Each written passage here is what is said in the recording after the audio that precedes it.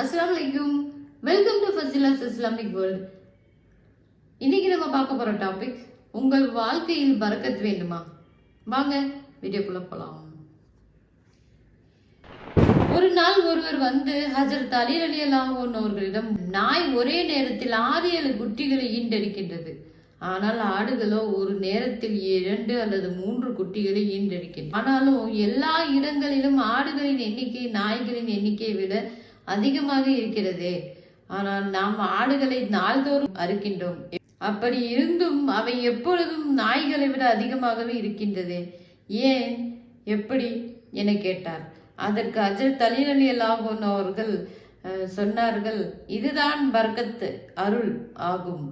ஆடுகள் இரவு முற்பகுதியிலே தூங்கி விடுகின்றன. மேலும் ரஹமத்தின் அருளின் வேலையாகிய அதிகாலை ஃபஜர் நேரத்தில் விழித்தெழுகின்றன. எனவே அருளை பெற்றுக்கொள்கின்றன.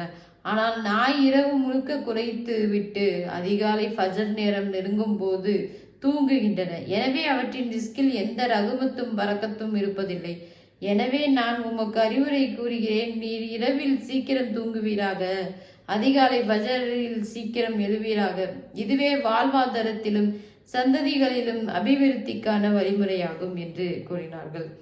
இந்த வீடியோ பிடிச்சிருந்தா லைக் பண்ணுங்க, ஷேர் பண்ணுங்க, கமெண்ட் பண்ணுங்க. அஸ்ஸலாமு அலைக்கும் வரஹ்மத்துல்லாஹி வபரகாத்துஹு.